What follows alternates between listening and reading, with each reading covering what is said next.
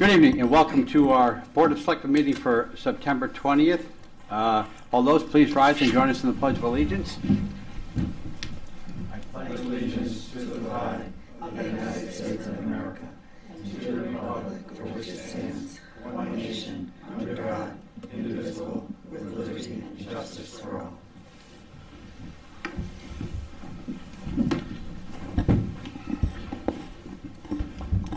Okay, we have the first thing I'd like to do is on the agenda, take a motion to move 3 new business ahead of number 2 old business. There's a motion to do that. So moved. So moved. Is there a second? Second. All those in favor? Aye. Aye. And then we need to do that.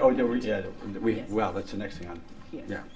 Okay, and also we have one addition to the agenda, and that will be item 2C, short-term rental ad hoc committee request for additional time to present findings and recommendations to the Board of Selectmen. Is there a motion for that? So moved. Second? Second. All those in favor? Aye. Aye. Opposed? Abstentions? Okay, at this time, we'll move on to delegations. Is there anyone like to address the board at this time? Seeing none, we'll move on to the approval of the special meeting minutes of September 6, 2023. Yes, move to approve the special meeting minutes of September 6, 2023 as submitted. Second? Seconded. Comments? All those in favor signify by saying aye. Aye. Opposed? Abstentions? It carries. Abstention. Oh, Dan abstains, that's right. On to the regular meeting of September 6, 2023. Is there a motion to approve? So moved. Is there a second? Second? Seconded by Roseanne. Comments? Just I have two corrections. Page 1, under topics, topic 4.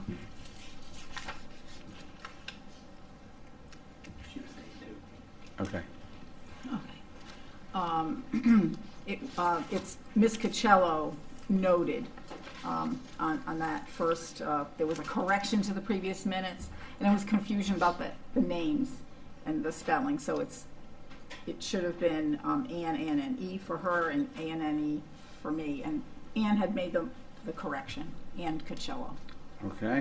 And then just over on we are on page 5.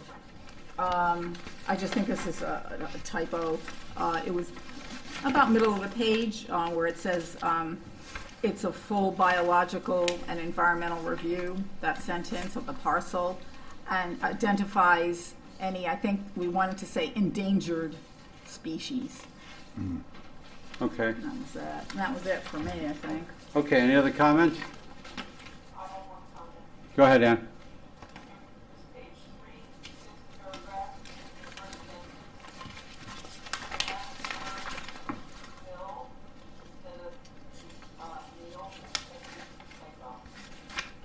Okay.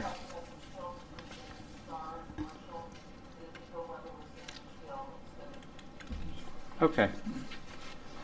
Okay. Any other corrections? Okay. Everyone okay with the motions as the mover and seconder? Okay with the minutes as amended? Yes. Okay. All those in favor signify by saying aye. Aye. Aye. Opposed? Abstentions? Abstention. 1 abstention. Okay, moving on. We do not have a consent calendar, so we'll move on. The first item under 3C is the discussion and possible action regarding the equipment for the EOC grant that we do every year. And Julie sent this over. This was sent over because I indicated, I sent out an email saying, starting from now, I really don't, unless it's urgent, we don't want to go to have to go to a Selectmen, Finance, and Town meeting until after the election. Julie said she'd like to get this moving, and Board of Finance will be meeting between now and the time of the town meeting, so it would be okay to do that. So this is just, as it indicates here, $34,240 of equipment and work being done under the Nuclear Safety Emergency Fund Grant, allocation 2024-07. And again, the amount is covered by that grant, and it has to be forwarded to the Board of Finance for action. Chief, do you have anything to add to that? If there's any questions, And the chief is here to answer any questions. Haven't we been the recipient of this grant before? Each year, we receive this yearly. And this is what we hope the charter revision, if it's adopted, will prevent. This will just move, it won't require this type of If action. you recall, the EOC in the current facility is completely outfitted utilizing this grant.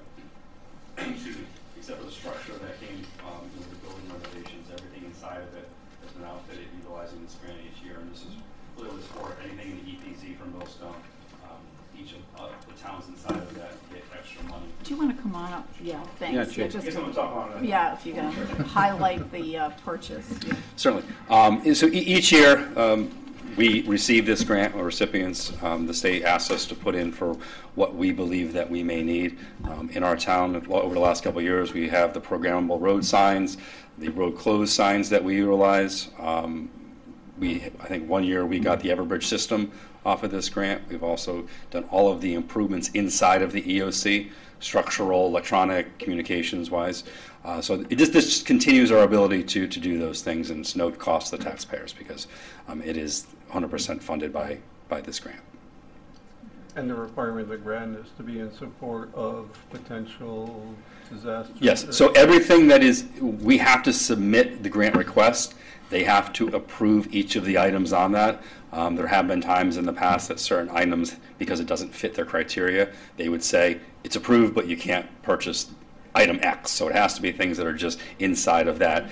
And they're very strict with their requirements for reporting and funding reimbursement. So we always make sure we have exactly what they're going to want us to have. And is this something that you anticipate that we will continue to get yearly? Absolutely, yeah, yep. The state continues to fund as long as Millstone is going to be there and operational. It's one of the requirements of the NRC to have funding to the towns that have to provide different services and different preparation because of the facility. Thank you. Okay, any other questions? What would be the advantage, as you said at first, of waiting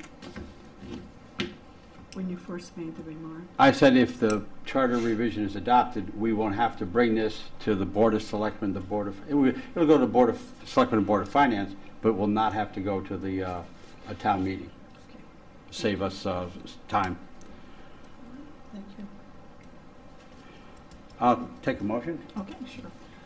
Move to approve a special appropriation in the amount of $34,240 to cover the cost of purchasing equipment and services for the town's Emergency Operations Center and forward to the Board of Finance for approval.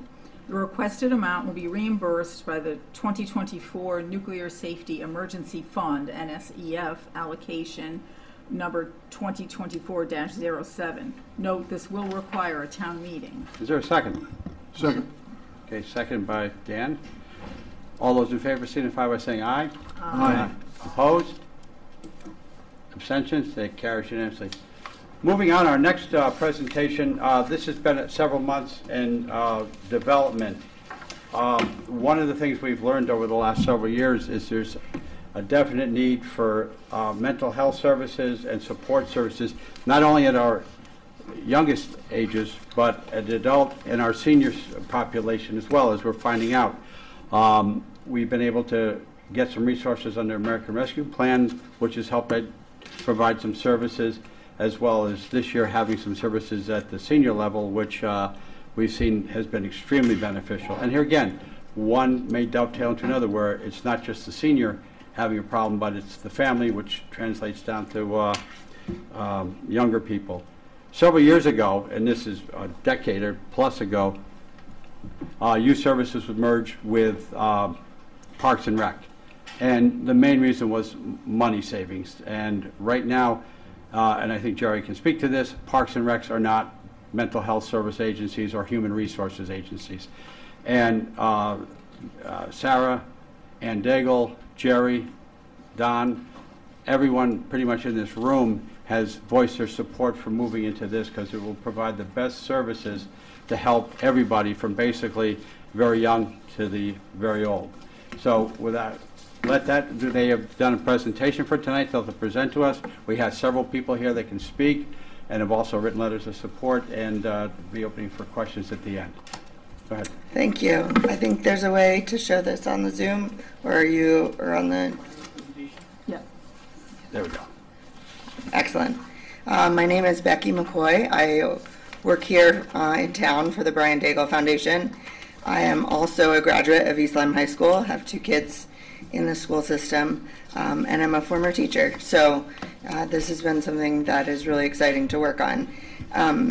This is something that came together between Sarah Furman of Youth Services, Don Hull of the Police Department, and Ann Daigle of the Brian Daigle Foundation. So as we go, I'm not going to read all of the words because there's many, and I think you had this ahead of time, but just kind of briefly summarizing kind of the issue that we're facing. And basically what all of the research is showing is that human services within towns are necessary, and that there is no one that does not benefit from a town providing human services. Anywhere that you look in research on human services and social needs, it's pretty standard now that there be a human services department or conglomeration of departments.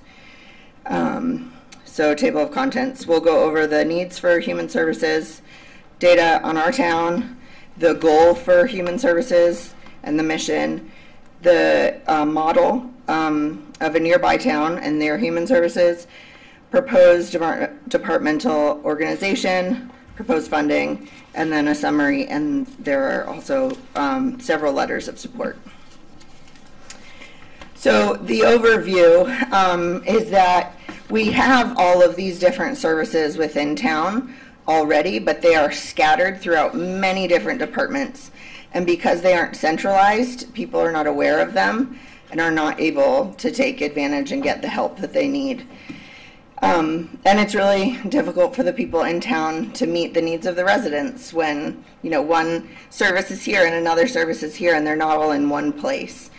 So having this human services organization would make it easily accessible for people to get meaningful help for what they need. And of the 21 counties or towns in New London County, East Lyme is only one of 4 that doesn't have human services.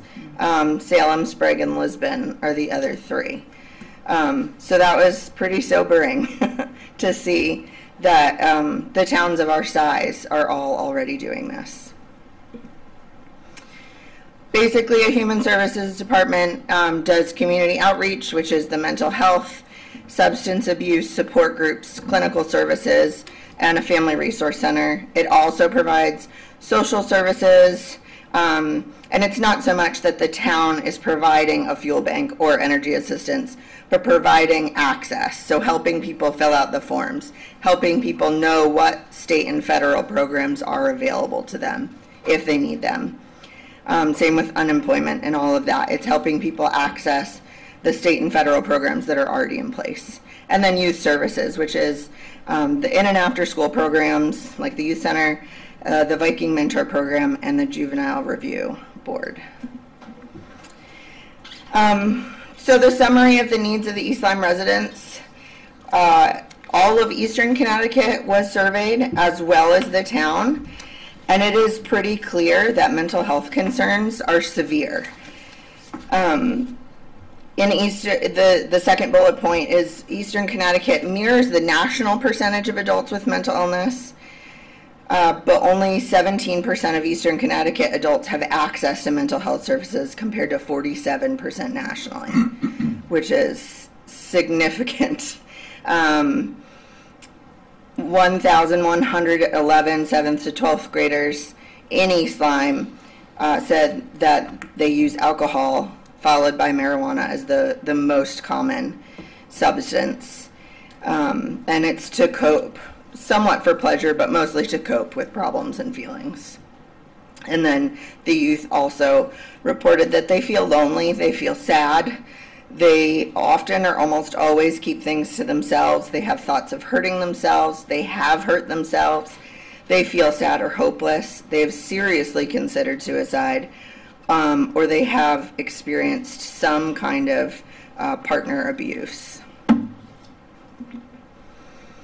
Some other things that we learned from the youth. The under 18 years old population in town is 19% of the residents, and that's 6% more than in 2018. Almost 30% of that population across the country are dealing, sorry, let me rephrase that. The number of Americans under 18 that are now having mental health issues compared to before COVID-19 started is a 29% increase. So 30% more for youth. 42% more feelings of hopelessness. A third of Americans under 18 have had a parent or caregiver lose their job.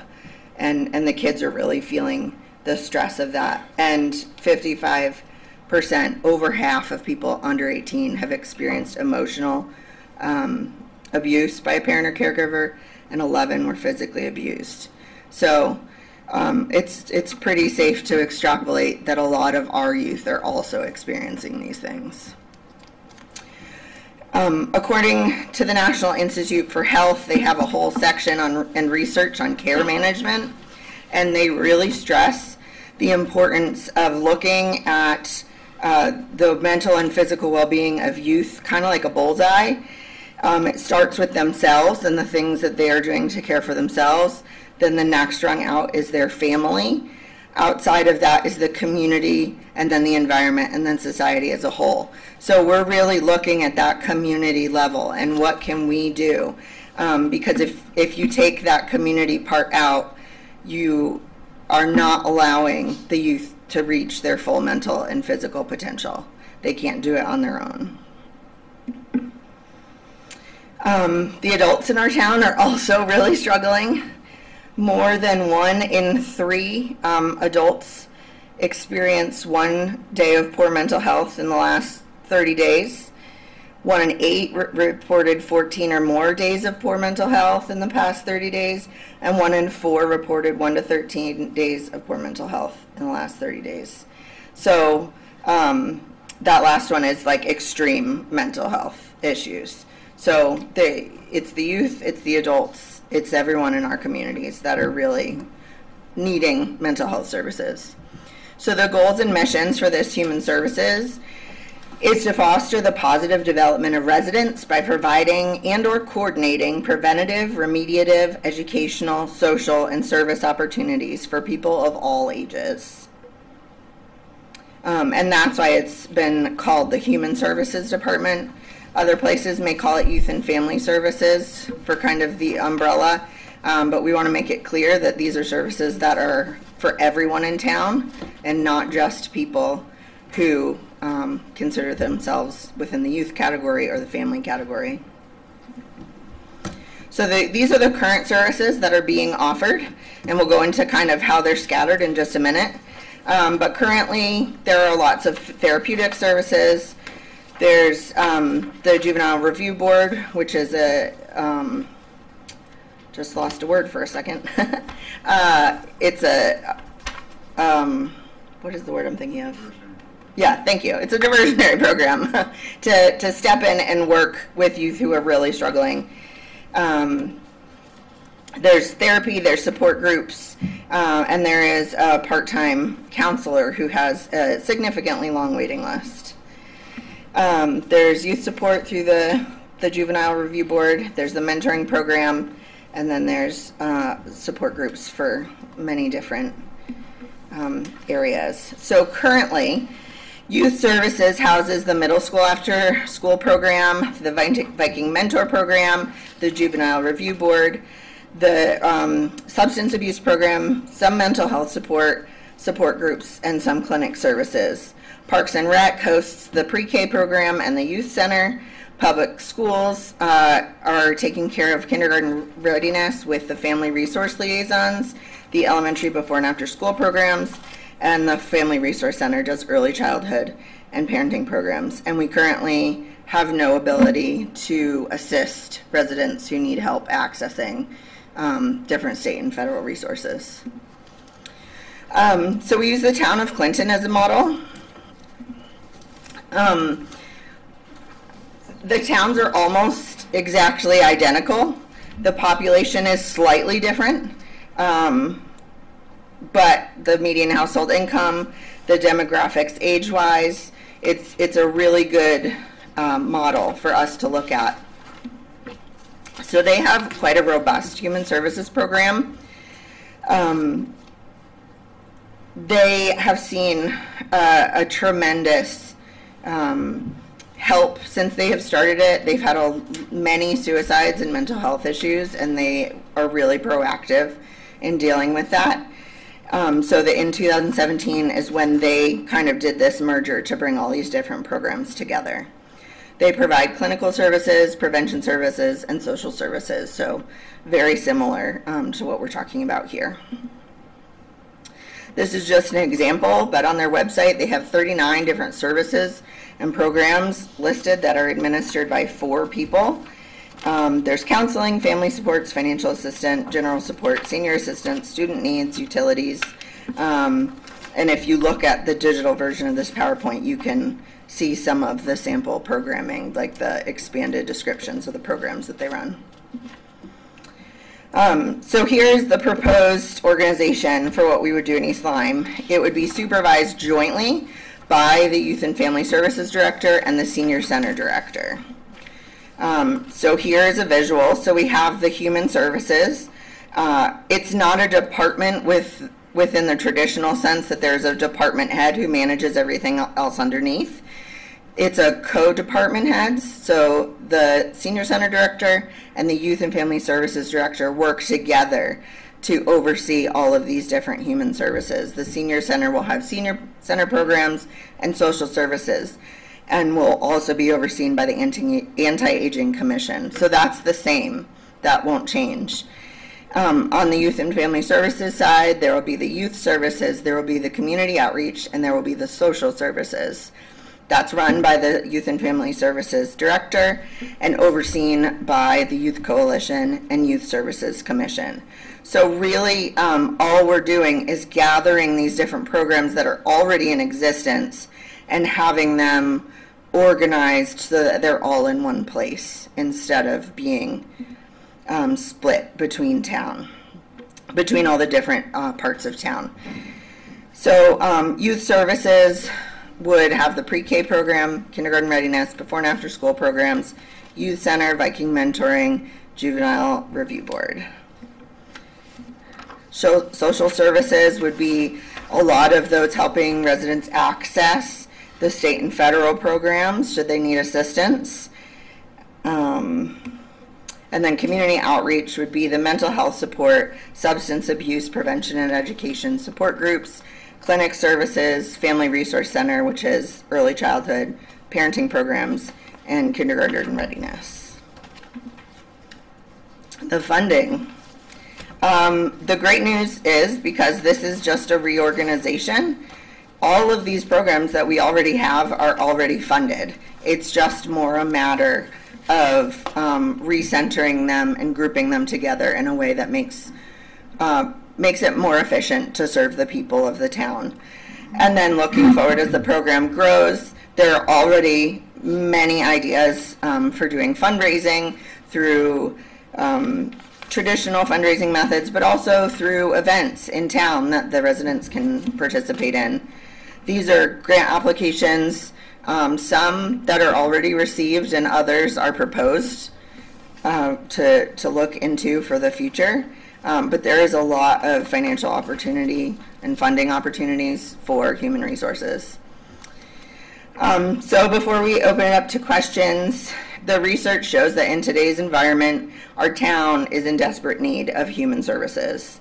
The residents need access to support groups, youth programs, help accessing state resources, substance abuse programs, clinical mental health support. We have that one part-time therapist who the waiting list is so ridiculously long, people, can't count on getting an appointment there. And then family resources.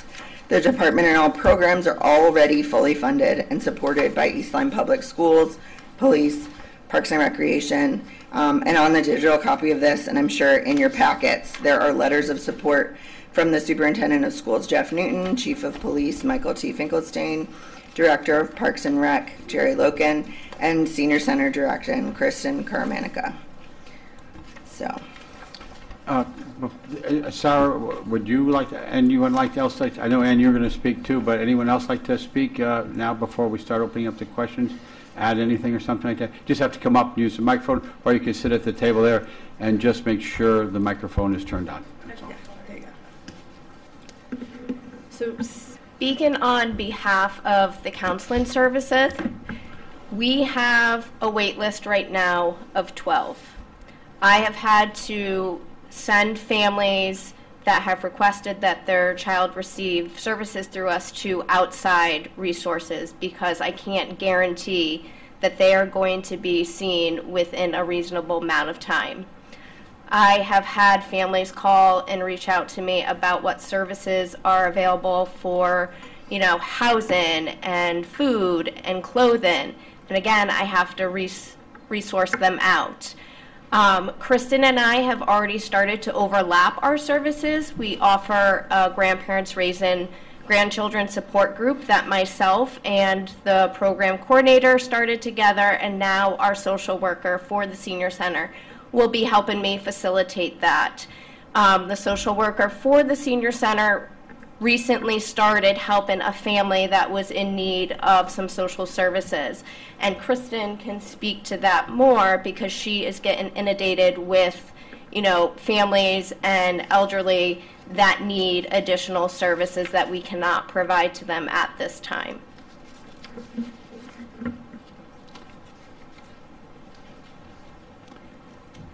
So I'm Kristen Carmanica, the new director of the East Lyme Senior Center.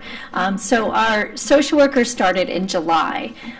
She was part-time. She quickly turned to full-time, 30 hours. She started 18 hours. She's now 30 hours 2 months later. We found that there was definitely a need for her.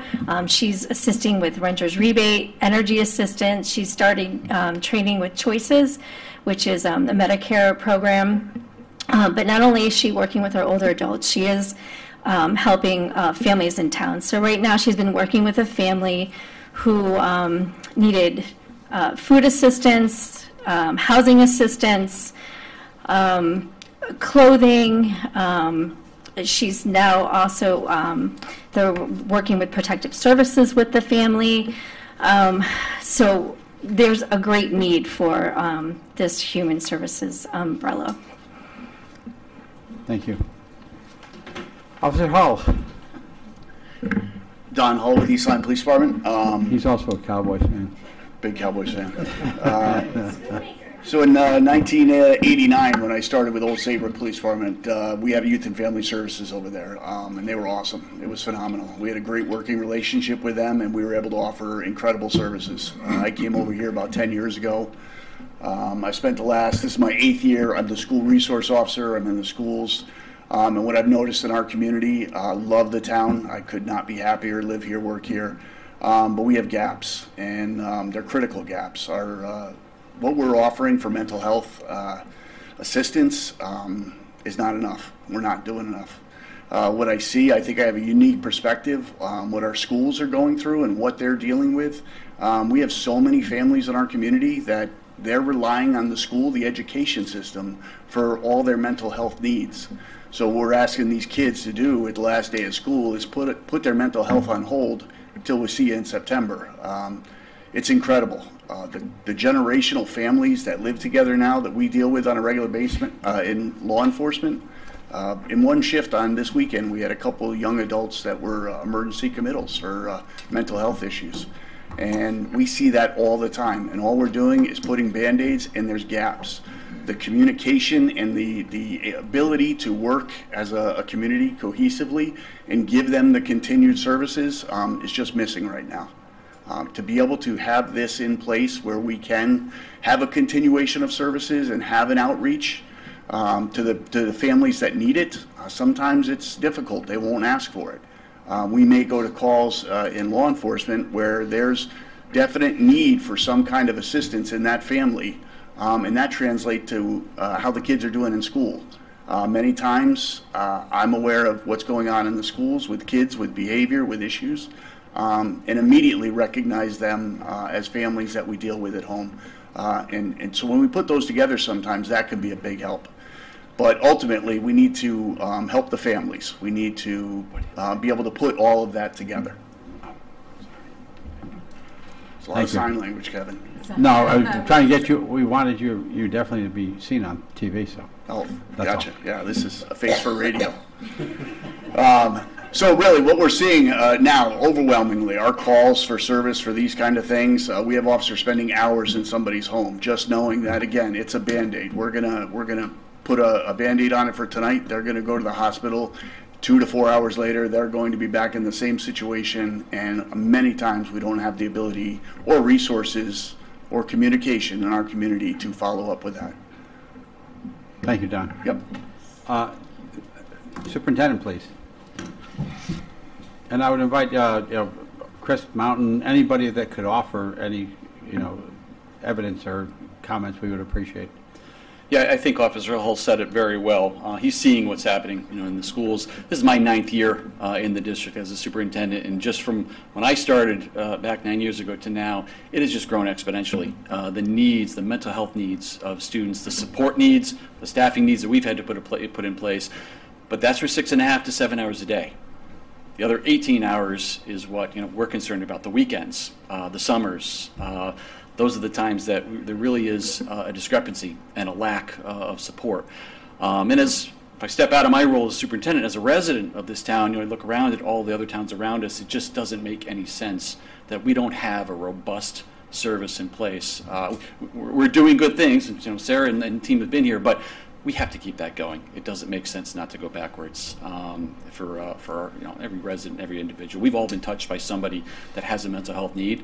I know I have personally, within my family, and those needs are important, and we need to keep that going. So hopefully we'll be able to move forward. Thank you. Thank you. Anyone else like to speak? Chris?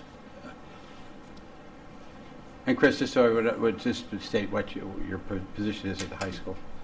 Sure. Hi, I'm Chris Mountain. I'm a school psychologist at East Lyme High School. I'm also a resident, and I'm also on the board of directors with the Daigle Foundation. And I coached football here for a long time as well. So I had a lot of opportunity to connect with kids, as well as being a graduate of East Lyme High School. So I've seen a lot of things over the years in East Lyme, and I can tell you in just about 30 years as a school psychologist at East Lyme High School, things have changed, and they've become more complicated for kids in a different way. I think when I first started working, it was a lot more kind of acting out more delinquent type behaviors and a little more overt. And I feel like with each 5-year increment, things had changed, and then COVID along the way. So a lot more anxiety and depression and really more internalizing behaviors that are real complicated for kids, seeing it in the adults. So there's also a trickle down as well. And it's really challenging. And I came and spoke a while back, some different board members, when talking about having the counselor and therapist for the town, and which was great that we did that, and that was a small step in the right direction. And I know, talking to people at that time, and there were a few people I talked to who said, that's great, I wonder if people will use it. And I'm like, okay, you see how quickly. And right now, as you can see, there's 12 people waiting list. That person's time could have been doubled, tripled, and there still would be a need. So that is really, really important to have resources. I think we've moved to a place where I'm feeling in the school system there's some good stuff going on with supports, I know, through grants and other things right now, which is really, I'm optimistic about that, which is great. Sarah's been great. There's a feeling of a bridge with the school system and the community, which is great. I mean, the Daigle Foundation has been super and has been pivotal in terms of really jump-starting a lot of things here in the community and been great for all of us in that sense. So there's a lot of good things going on, but I agree with all the speakers prior that there needs to be something that's a little more cohesive. This sounds like a great idea. I commend the group that put this together, and it seems to make a lot of sense for people who work in the school to be able to access one place. I know our dinner table conversation at home, my wife is a physical therapist for as long as I've been a school psychologist at Brybrook. So we know both ends, as well as being, a sandwich kid who had two aging parents and could see, having some of the supports in town to kind of help as a resident, kind of help negotiate that when there were needs going on. So I wholeheartedly think this is a great idea and really encourage the board to act on it. So thank you for your time. Thank you. Ann? Well, I'm just going to reaffirm what everyone has said here tonight, that it's clear that our town needs it. We've come a long way. In just the short few years since we've had Sarah, I remember being on those early conversations a few years ago when the ARPA money was coming through, and we said, why don't we look to get a prevention coordinator? And we did. And look what that has done. It's helped us tremendously. So I think that was a good step. And now I think just putting it all together, putting these puzzle pieces together to make it work smoothly. And so we owe it to our citizens, I think, just from the environment that we live in now with all that's going on in our town, in the world, in the country, to see all of the different issues that people are facing. We owe it to them to give them the support that they need and to believe in them. And so then we know that, I know from my personal experience, by when you give back, you get back. So I think if we can give back to our citizens and our members of the community, we will get back so much more. So the services are out there. It's not costing us any more money right now. So to me, it just makes sense. I work within the school systems, and Jeff is absolutely right. Those kids are in school 7-8 hours a day. What happens when they leave? Like, we're always petrified if our foundation does a presentation, all right, we have to make sure we do it during the week, so it's not on a Friday, because when they leave school, they go home, they don't have the support that they need. So we can't just leave them on a Friday. We can't leave them on a vacation time, or the summer too. We're always nervous about the summer with the kids. So the kids and the families need a place to go for the summer, for year-round.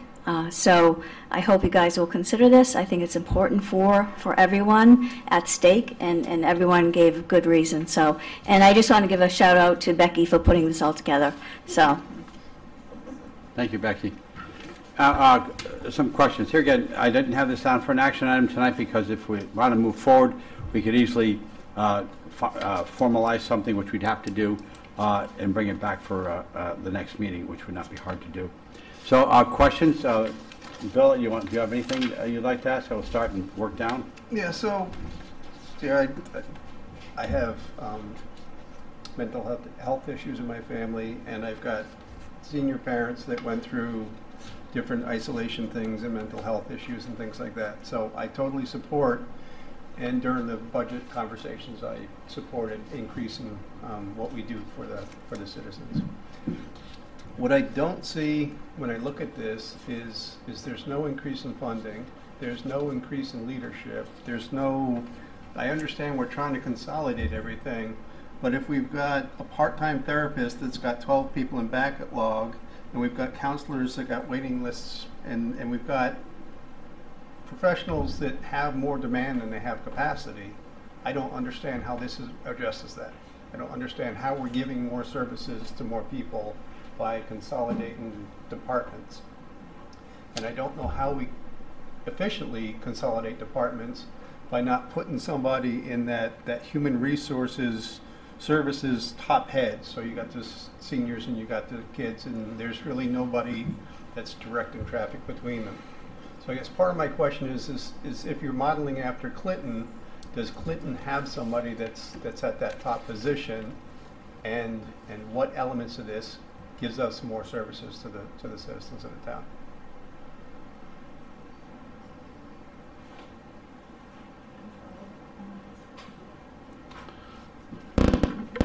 I can say that Clinton does have a human services director, and then they have licensed therapists underneath, and then the prevention coordinators.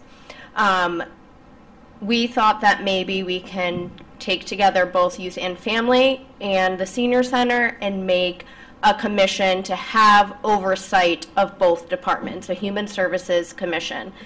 I met with Kevin today, and we talked about what it would look like to add additional positions over 5 years and what it would cost us and what grants are available for us to make this happen.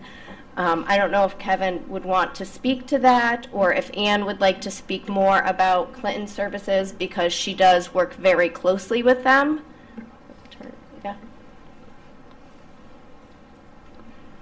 So I understand where you're coming from with those questions, but I think what we need is a stepping point to do that and to bring all these pieces together. If you have the continuum from the youth to the seniors, we can have a better conversation, better continuity for our families, and to be able to, if we can't take care of them within our own town or within the town government or the town employees, we can source them out to the right resources. So it's not to say that we can take care of everybody within our community right now, but I think if we can consolidate and have more of a continuum between the seniors and the youth and family, then we can get them the answers that they need to know.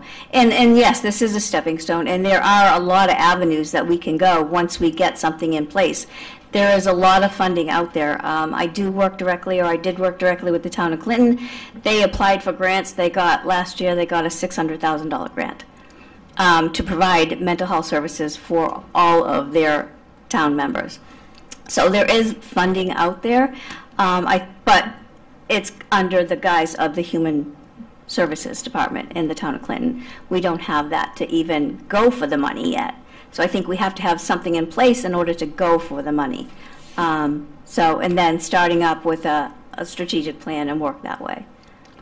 Bill, I know what Sarah and Kevin had talked about today is that basically a 5-year plan, much like the police department has one, how to get from A to B or from start to finish. We have to start someplace. So, And this would be the first start to get going. And to be honest with you, would there be an increase in funding over time? Of course there would be. We've found out what understaffing costs are in the finance department, in other parts. We have to make that investment so we get basically a much bigger payback in return, but we have to start somewhere. so what I'm hearing is that position that I was talking about initially is going to be handled by committee, and there's going to be a group of people that are going to get together and service that need. And by creating this organization, that makes us eligible for additional funding so that we can go out and we can hire those staff for those different services. And that's why this interim step is going to get us to an end point. And that's just kind of mentally what I was trying to see is this just moving people around, or does this actually make capacity for us to increase the services? I just wanted to add, so our social worker right now is under ARPA funding. So we only have her until July of next year. So originally it was going to take us 2 years part-time, but we saw such a need that we put her to the 30 hours to get her till next year. So I do have another grant that I'm working on right now to try to get that for another year. So just, again, we're just trying to do like baby steps to hopefully get her on, or just this department, up and running. So. I think that kind of condenses all my questions into one question. Okay. Yeah, I mean, I'm thinking along the same lines as Bill here. Definitely, it seemed to me just structurally that you need a department head, and you need a department head sooner than later, so that you're not chasing your tail as individual, parts of this whole That's just a thought I have. I don't know how long I'd wait on that for organizational purposes. And then, of course, my question was also, I mean, there are so many programs in place, state and federal, and that can be accessed. You know, what are these other programs that we could access? And it seems as though you've identified that more needs to be done. That seems to be what I'm hearing, what I heard. I happened to be at that Board of Education meeting this past spring, where the survey was discussed, and I was aghast, really, with some of the results of that. So, in terms of mental health, it was very revealing.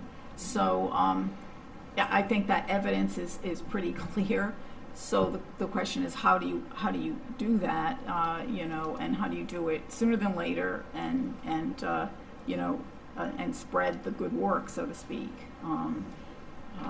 Yeah, you know, I would. Yeah, and I think if as we go along in this process, if you can continue to identify financial sources, that just makes this organizational transition easier. You know, and you have to be thinking about, you know, tax burden when ARPA funds end, it becomes residents' money, taxpayer money. So you have to. That's just a reality of it. That's just that side of it. Yeah, go ahead. That was one of our concerns tonight, is we did leave it pretty wide open with a lot of options for how to do this and how to, our obvious recommendation is, I'm a brand new member of the Youth Service Commission, but we'd like to see that, that's an advisory board, we'd like to see that become the Youth and Family Services Commission with oversight. And Sarah's already doing the job of Director of Youth and Family Services. We'd like to do that sooner rather than later, and that's the start we're talking about, and I think that you're talking about right now. As we stand right now, she falls under Park and Rec. So you have the Park and Rec Commission oversight for our mental health resources. It just makes no sense at all. It also eliminates us, without actually having Youth and Family Services, from getting some of these grants. And Old Lyme, for example, we just found out today they did almost $200,000 in fundraising just within their community because they are a standalone agency. So yes, to be clear, we're looking to have a new department, Youth and Family Services, with Sarah as that director, and to work hand in hand, obviously. If the town down the road would like to expand that, we're all for it. You got our vote. You know, to have a bigger human services, a director, and more people to work under that person, great. But right now, we agree totally. We were looking for that immediate action, because those things are in place. Youth Services Commission, could be the Youth and Family Services, ex officio member with somebody on the Commission on Aging. We can have those things as soon as we can, would be better. The last point, just keeping on the radar too, what your outcomes look like. I mean, you all are in the field, you know you've made a difference, but articulating that and getting that out there as well, because it becomes a little vague, you know, into the public and so forth. Well, it's also, that's what we're saying is, you have a mental health issue, go on down to Park and Rec. Right off the, you know, Yeah, it makes no sending sense. a strange It is, message in yeah. a way. Yeah, so I understand that. When we created that position, that's the same thing I said, why in Park and Yeah. Recs? But at the time, it felt like the right place. It was Right. better than no place. Well, and with the ARPA money, that was the place to hire you, you know, in that way. Okay, that's all I have for now. Thank you. Dan? Yeah, thank you. So I don't think anyone would deny that the need is great for mental health resources and youth resources. I think we all accept that and understand that. East Lyme's a great place to live. It's a great place, but it would be an even better place if we had this backdrop and backstop for people with mental health issues, youth service issues, and finding a way to accommodate that and do that is very important. I have some of the same concerns and same questions that, you know, by adding another layer of management or, you know, creating a top of the pyramid, how does that increase the base of the pyramid where you really are delivering the services to the public? How do we deliver? And I think the question started to be answered, and I think the answer is that by creating this human resources department, if I'm understanding you correctly, it would allow us to tap into grants and other resources that are available that would eventually, over a several-year plan, flesh out the bottom of the pyramid and really provide a substantial resource to our community. So if I'm correct in that perception of it, then you would have my support for this. But we're talking about ARPA funding and how that paid for, and rightly so. It was a great idea to have that resource for the counseling, and I know that the need is overwhelming for those types of services. But we've also got to be careful. We try to control the budget and control what the town is going to be obligated to do in the future. So if we can do this in a way that taps into these other resources that won't eliminate the pressure on the town, but will certainly go a long way to make it easier for the taxpayers, then I think we've really done a lot to improve the town and improve our resources. Roseanne? Yes, I don't know who would best be able to answer this, but approximately what percentage of the problems that we are seeing come from families that have no insurance? Do we have any idea what effect that might be? Because a lot of companies provide insurance that also provide these services. So.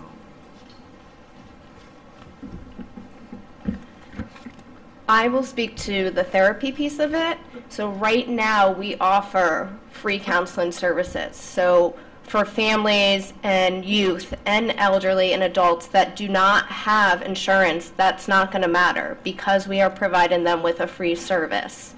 And again, we can outsource and provide them with information on services that will accept their insurance and help them get that. We can also help them apply for different insurances if we have the social services in place and a social worker that can help them make those connections. Thank you. And for the school resource officer, I assume that, as my recollection is, you're a one-man show? Yes. Okay. So how do you budget your time? I think that's why the chief ran out of the room. We have 5 schools, great schools. I love it. Yeah, it's a great working relationship with all the administrators and staff. But as you can imagine, day one in the schools was not, hey, wow, a police officer's here. He's our best friend. It took years to build that relationship, and that is I've been asking for quite some time. To get another SRO into the schools. It is bridged the gap incredibly with our relationship with our kids in town. Literally weekly, I hear from our guys and girls on the road that deal with these kids outside of hours, which unfortunately is quite often, but it's always a positive interaction. Sometimes they throw my name out there, but it's a great working relationship between our department and the school system. When our officers are working school events, it's an incredible positive interaction. You hear so much negativity. I am very proud to say that our relationship with our kids, with our department, is fantastic. When they work the dances or the sporting events, I always have 20 kids come up to me in the next couple days talking about how they were joking around or how that relationship just bloomed. Many of them reconnect, and we have an Explorers program that they do. But it does, again, that is a great conduit to, it takes time to talk to these kids if they have an issue. If one of our officers deals with these kids at their home or in a bad situation, they take an hour or two to kind of develop that relationship. Then we're at a roadblock. Again, it's that Band-Aid. We go to a domestic situation and one of the parents is removed from the home. There's kids in that home. How do we put that all together? Without this department, without those resources and communication available, it's almost impossible to do right now. I hope that answers your question. Yes, thank you. One thing I can tell you is I've been with Don on an evening, and it'll be a phone call from a parent regarding a concern they're having with their child that's ongoing. He won't say, I'm not working right now. That's the last you'll see of Don for the evening.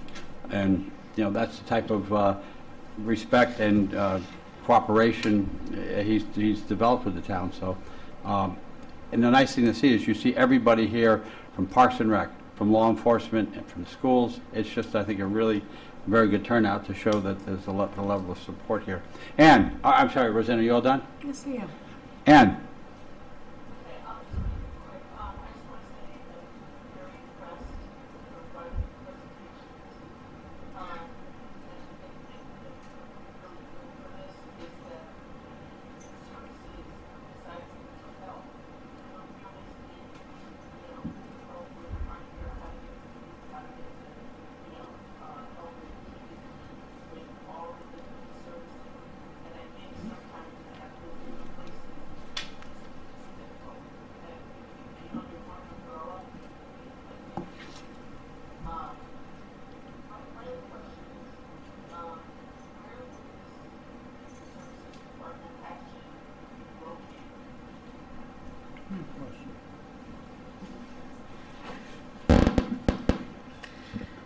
So we have different locations that are available. Ann Daigle has offered her office space behind her building that we could use.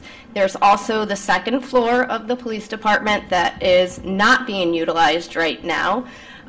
We also have over by the youth center where the registrar's office is. They are going to be moving over to the town hall. So we have that office space that will become available where we can have counseling services. right now, that would probably be the best option right now as far as Makes sense. the central location. So that's where we're looking right now for that type of thing. Does that answer your question, Ann? Yeah, I would just think that people would want to know where I go. Right. Kind of like one central location and it can be funneled to other locations, because otherwise people get confused. Right. Well, somebody came into town hall today and said their GIS told them this is the police station. So, you know, I mean, whether you, yeah. You write them a ticket? I don't do that anymore. Okay. Also, thank you. One of the things, I think, Don, you pointed it out. I mean, I can go back a lot of years, too. When the police got involved, you take them to the hospital, and they would be referred to some type of a facility for treatment. That doesn't happen anymore. You go, you're with them for a half hour, they're transported, and an ER is not a place to receive mental health treatment. And unless it's a very critical case, they're released within a couple hours. And they just don't have the resources to do it. I think it was really good pointing out that once this is established, we're opening up to far more grants and so forth like that. We had a council of government meeting today. I talked with a mayor from Fred Allen from Ledyard, Rob Brule. They have very good success with this. It has coordination of services has worked out.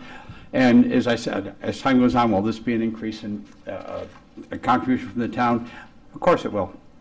But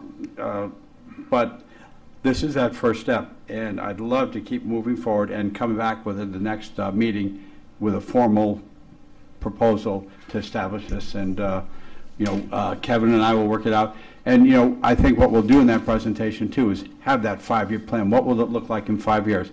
Chief has given us what does his PD look like in 5 or 6 years, and I think that's where we look here too.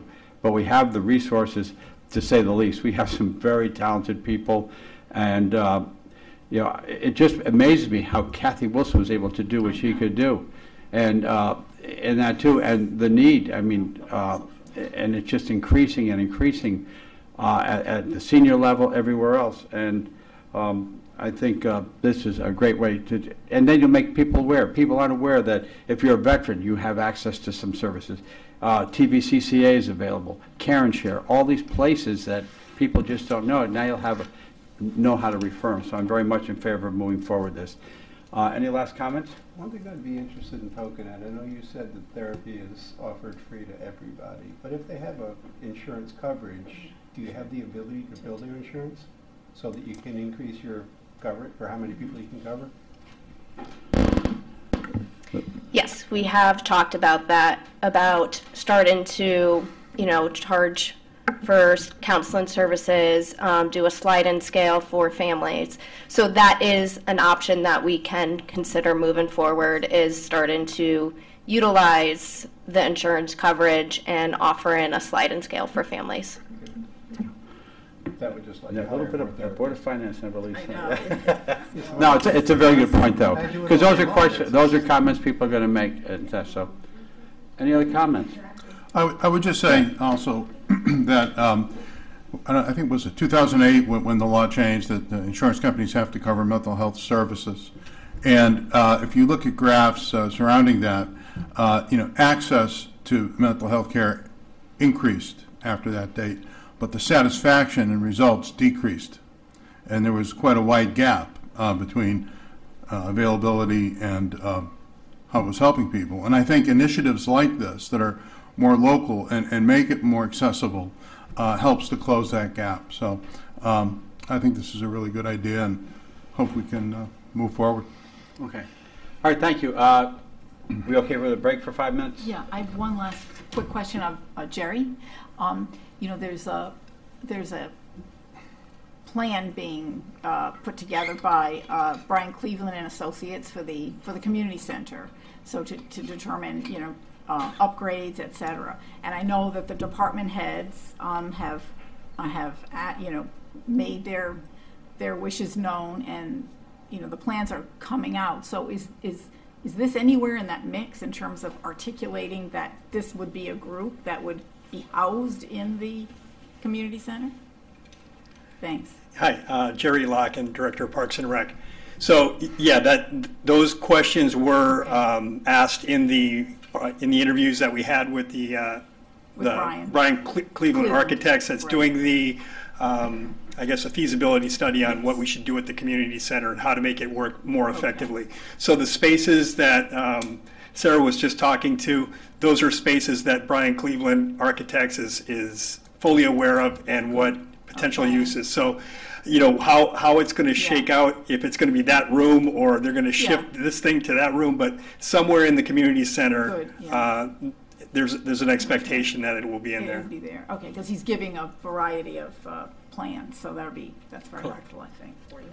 Yeah. Okay, thank you. Let's take a 5-minute break. Sounds good. Okay, we will do.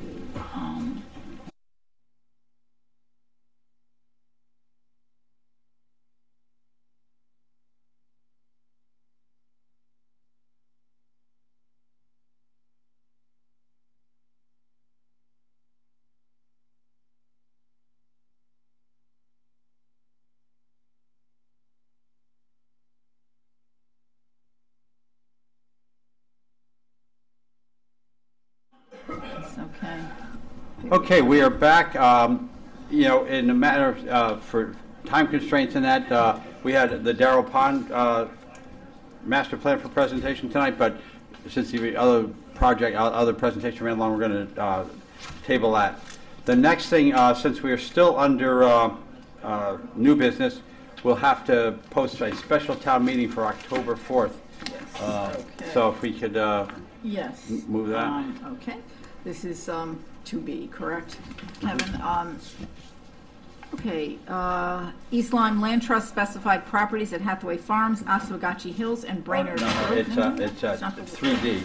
3D. Right there. Sorry. That's all right. Okay. Easy enough, yeah. Yes, okay. 3D, schedule a special town meeting for October 4th, 2023. Town of East Lyme, notice of special town meeting, October 4th, 2023 at 7 p.m. Notice is hereby given of a special town meeting of the Town of East Lyme to be held on October 4th, 2023 at 7 p.m. in the East Lyme Town Hall Upper Meeting Room for the following purposes. 1, to consider and act upon a motion to approve a special appropriation in the amount of $41,107.50 from CNRE account 3230 400 700 999 PWD reserve for the purchase of a Live Edge metal plow system. See, that 3 times fast. Oh, boy. Yeah. Number 2, to consider and act upon a motion to approve a special appropriation in the amount of $34,240 for the purchase of equipment and construction services for the Emergency Operations Center. The source of funding will be the Nuclear Safety Emergency Fund, NSEF, grant allocation number 2024-07, and 3, to transact any other business proper to come before the meeting dated at East Lyme this 20th day of September 2023 and by the East Lyme Board of Selectmen. Is there a second? Second. Seconded by Dan. All those in favor signify by saying aye. Aye. Opposed? Abstentions? Carries unanimously. Now we'll move up to old business. We'll go to 2A, a charter revision update. I got, and I really haven't had a good chance to review it yet, but we talked about the talking points to the questions that will be on the ballot for the charter revision. Tracy Collins and Karen Galbo have been working on those for the past few days. Tracy got it in right at the end of the day today, so we're just going to take a look at that, and that'll be on for us to act on at our October 4th meeting. And the plan is to make sure that gets forwarded and be posted on every website we have, social media, as well as we couldn't, something that large wouldn't go on the message boards, but we're also going to do some type of a mass communication too. We're trying to figure out the most equitable way to do that. So that's the update on that, and just basically, as succinctly as possible, does not advocate for either way, just explains why these changes are being considered. And Karen and Tracy have done a really good job over the last couple of days. Moving on to discussion and possible action, the East Lyme Land Trust specified properties at Hathaway Farms, Oswegatchie Hills, and Brandon Road. I talked to Mark Block yesterday. They still haven't officially said, yep, we're all set to sign. Just a minor couple things it looks like we'll be able to work out. But he said to go ahead and schedule a public hearing. So I contacted the school and for next Wednesday, because if we are able to do this next Wednesday, after we hear from the public, then we'll be able to actually take official act to move it to the Board of Finance. We've talked to bond counsel earlier this week, had a very good, frank discussion with it. They're going to come up with some language for us. We'll review that and then move it to Board of Finance. I'm asked Denise for a meeting, for them to hold a meeting the following day, and then if they approve it, and they were very frank, Kevin, as far as telling us that Finance's job isn't to really get into the funding, just say, can we afford it? You know, we definitely would explain as to how we plan on funding it. And then it would come back in on the 4th. If things work out the way we're hoping to, we would act on the fact that they've approved it and move it to a board of, to a special meeting that will adjourn to a ballot referendum on the 17th of October. That's when the town would be able to, residents and taxpayers would, property values over $1,000 would be able to vote on it. We also did last night, we went to planning and we got a sign off on it is in compliance with the Plan of Conservation Development. They were very much in favor of it. And it does require zoning approval, but that's just a desk approval, and Bill Mulholland can give that. We do not have to go to the Board of Finance, board of the Zoning Commission for that. So that's where we stand right now. Any questions for me before that, before we set the public hearing? Yeah, for the public hearing for next Wednesday, are you going to have the things that we just discussed, clear title and all that, documented, or is that just going to happen before the sale, not necessarily? That will not be done at that point in time, because here again, to be honest with you, that could even come after we've been approved. If something comes up as we move forward, we'll definitely bring it to attention too. So, no, clear title, the transfer of the $400,000, all that has to happen. Back taxes, all those have to be settled before. So we're just carrying those now as assumptions that they're going to be. Right. I mean, even if it's approved, I guess would be fair to say assumptions. Right. All right, thank you. Ahead of the 17th is what you're saying? Yes. Yes, Yeah. ahead of the date of the referendum. Yeah.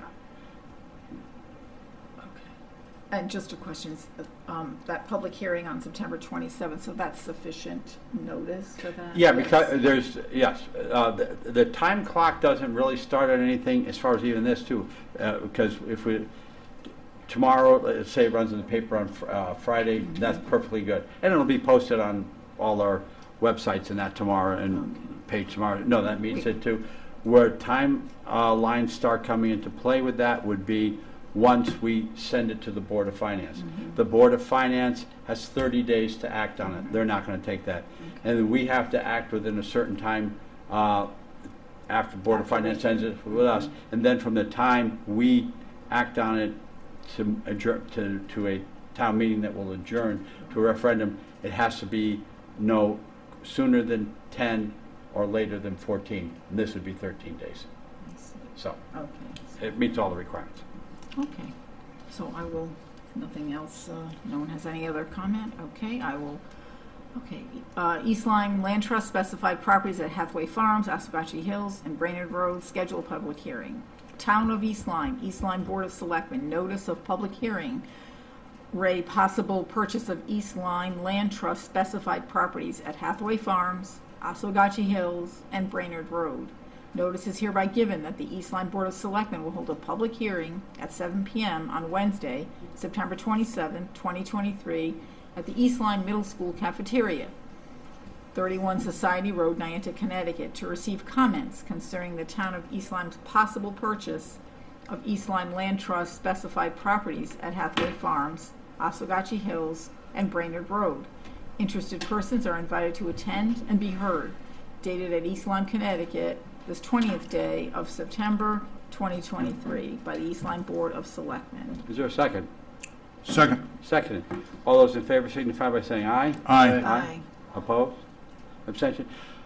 It's going to be at the middle school because the high school has an activity going on that night, so this will be recorded, but it will not be broadcast live. Okay. All right.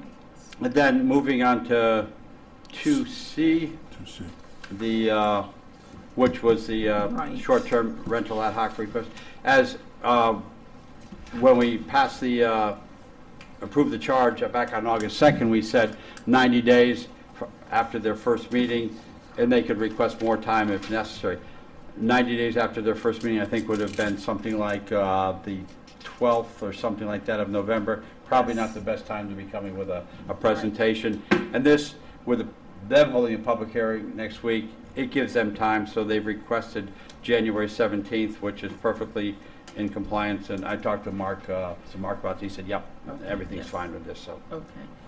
So I'll just create a motion here. Oh, no, I you actually have one? Yeah, it's right there. Okay. Right there. Ah, there you go. Okay. Move to approve the request of the short-term rental ad hoc committee to advance the date for reporting its findings and any recommendations to the Board of Selectmen from 90 days from its first meeting to January 17th, 2024. This action is in accordance with paragraph 4 of the short-term rental ad hoc committee charge approved by the Board of Selectmen on August 2nd, 2023. Is there a second? Second. Any further comments? So, so this just basically, I pulled out the charge, and it's just, under section 4 of the charge, it'll just, rather than say no later than 90 days, it'll just be changed to January 17th. Yeah, because right after that, the committee may request any additional. Same thing, yes. Yeah. So that, nothing else changes. Yeah. Okay. And the short-term rental committee itself, discussed length of time and so forth, and is comfortable with that. And it says, what's the wording for the date? So, so basically, we'll report to the Board of Selectmen by January 17th, 2024, and we can request additional time if necessary. So that doesn't change. Yeah. Okay. All righty. Okay. All those in favor signify by saying aye. Aye. Aye. Opposed? Abstentions? Carries unanimously, and I think that takes care of our action items. We'll move on to ex officios. Roseanne? I don't have one this evening. Dan? The only thing I would have had was Parks and Rec and discussion of their Darrow Pond master plan, but that's going to be, I don't want to steal their thunder. Okay. So, yeah, we'll let them present it next time. Okay. It'll be interesting, though, I'm sure. Ann? Yes, I had 2 reports, one for the short-term rental committee. So we had our regular meeting on September 12th, and in delegations to that meeting, public delegations, we had 15 individuals come forth and speak about their experiences and some of their thoughts on how the town should proceed. That meeting has been taped. Our minutes are not out yet, but that meeting's been taped and available online. So at that same meeting, we also received, thanks to Gary Cocello, a large packet of reading materials. So, which will be the subject of our next regular meeting, which is this Monday, for discussion on Monday, September 25th, following our public hearing. And that's the public hearing that we're having at the high school to, for anyone that didn't make it to delegations, that other meeting, and the rest of the public can come and speak. We are, plenty of notice given for all of these things. And on the website, it's highlighted under town news. We're also following our recent vote to change the end date of our report. We'll be putting up a separate little link on the website. So when you want to know what's happened or going to happen with the short-term rental committee, you can click that link.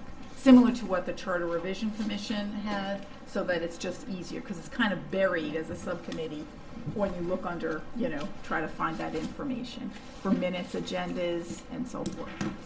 And then, so that was on short-term rental. Library, I had a meeting the night before, September 11th. That was a regular meeting of that board, of the Board of Trustees. News there, Kathy Fargo of Niantic has been appointed to the board. She has a great background. She's a school library media specialist in the Groton Public Schools. And she has a master's in library science, a master's in education tech, etc. So that was very good.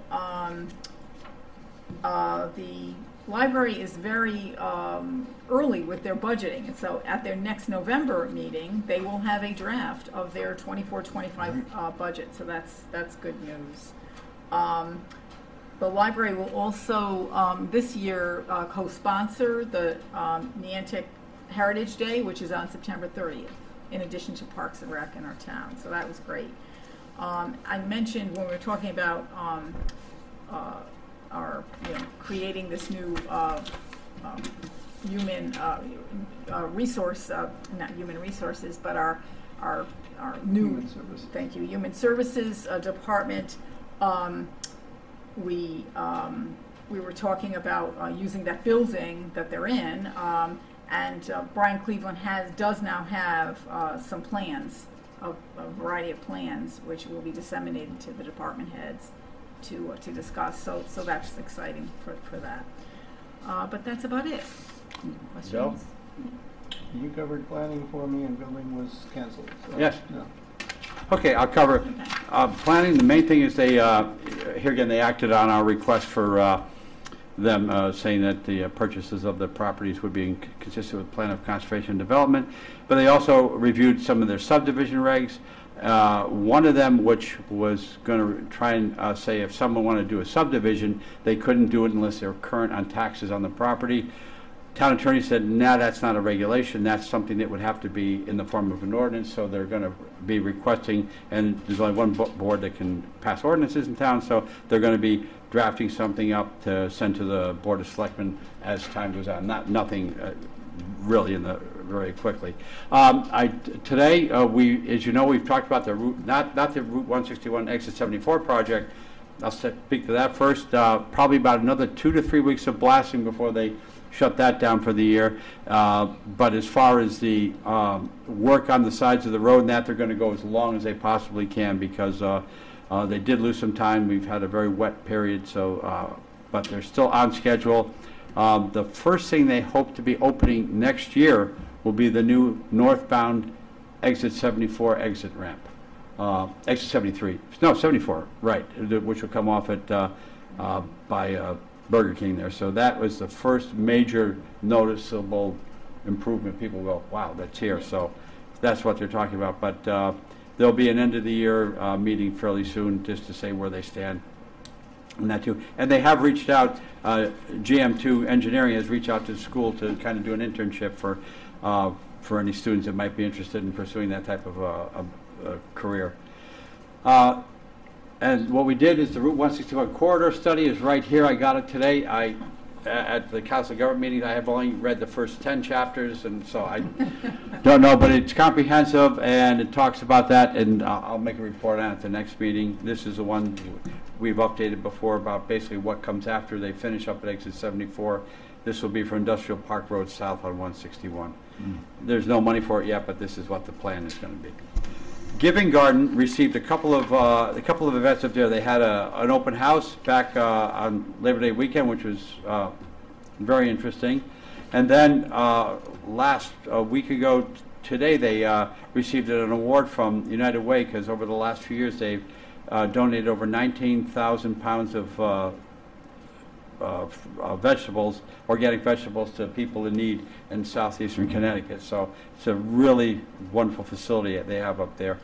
One thing we heard from the health department today at Council of Government, there have been some mosquitoes testing positive for West Nile and Triple E, not in people, but the mosquito, and the ones that have been trapped for the most part are animal or bird biting mosquitoes, but bird biting mosquitoes are bit by other mosquitoes that aren't bird biting, so they're just saying everyone just use some precautions. Nothing to be overly panicked about, but they have detected some out there, mostly northern area too. Ledyard had some, we've been lucky. Coming up for some good events, on the 23rd, there's the Oyster Festival from 12 to 6.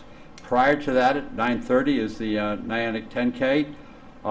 Then the following day, from 2 to 4, is the Cornhole Tournament at the VFW, which is the Oyster Festival is for Miracle League. The Cornhole is to raise money for veterans organizations.